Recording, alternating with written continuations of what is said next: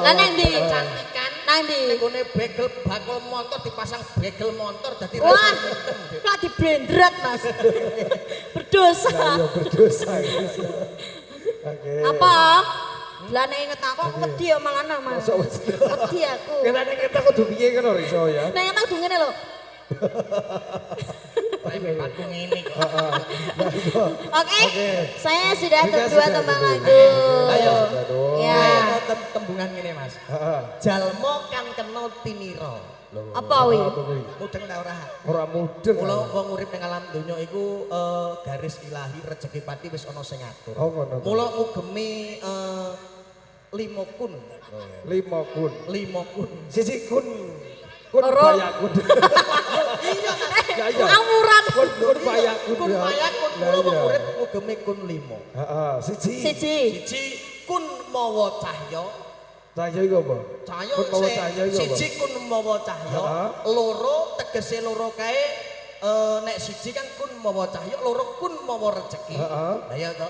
Telu kun mawa cilaka. Terus Papat kun mawa swara. sing 5 5 nggih menika kun mawa wujud. Iki ana karepe dhewe. iku ana siji nek sing ora mbok sebut. Apa? Kuntilanak. Kuntilanak. Ora ya. Kuntilanak.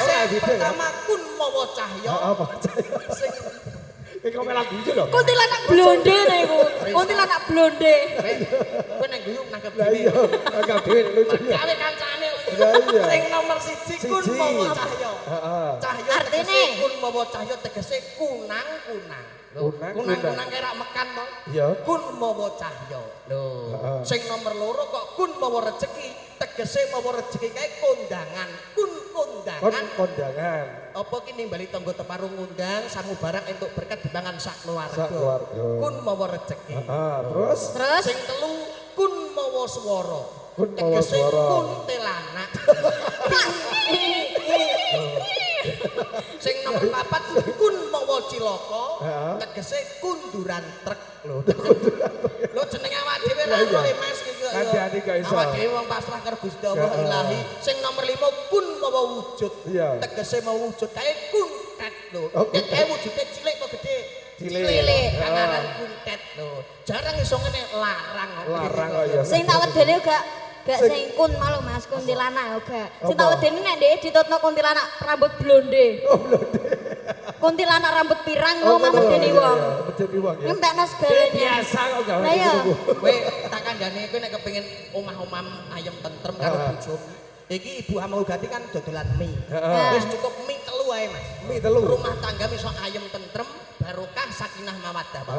Siji. Siji mie. Mie siji. Kowe aja nganti pisan-pisan misui maratuwa. Gak oleh. Gak tahu, aku gak tahu.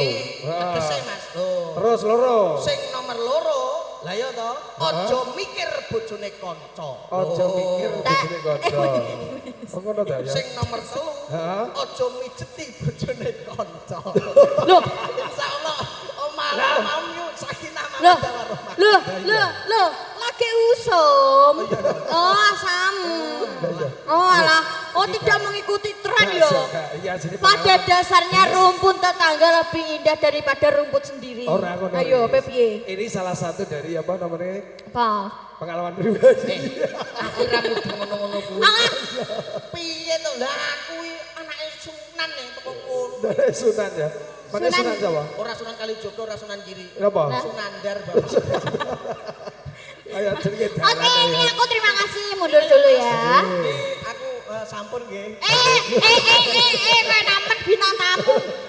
Bintang tamu kasih guri. Iya, iya, kasih guri. Bintang tamu justru 5 lagu apa 3 lagu wis bar wedhus. Ora. Lah iya. Aku wis 5 lagu luweh. Kok penan ngene. Pokoknya kok nganti jam 11 lagi wedon ya. Oh bayar. Bayaran akeh dhewe. Ora ngono, penakan kene. Kene sejuta dhewe.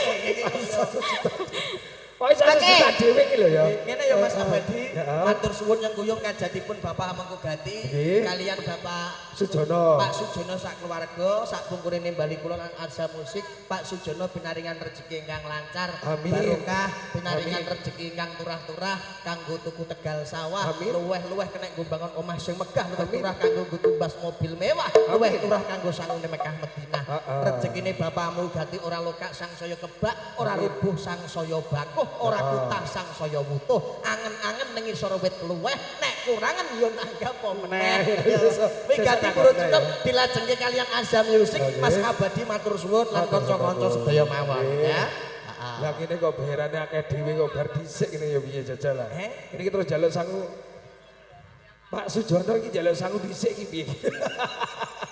Lah iya, lah kanu kok medhun dhisik iki kowe. Lah iya, sinten? Sinten? Kowe iki. Oh iya, Oke. Mas sinten? Mas Gondrong. Mas Gondrong monggo. Mas Gondrong. Ngawur ae iki kok ya. Non. Bakso subur. Maksud Trembul. Oke. bakso trembul. Bakso trembul. Oke. Monggo Mas Gondrong. Monggo. Ayo, monggo Mas. Ayo silakan naik ke atas panggung. Oke. Biar meramaikan dari suasana di malam hari Gitu. ini. Ini soalnya dari tamu dan belum ada yang mau ikutan gabungan ke sini. Ayo Mas Gondrong sini. Kita sama-sama bakul bakso. Kowe iki carane gampang Mas. Kowe kok kepengin ngetari penonton gelem nyanyi, syaratnya siji. Kayak duit kok maksudnya. Sopo sing gelem nyanyi untuk duit 100.000 mesti Nyanyi akeh. kabeh ya. Lah iya. Maka Mas Gondrong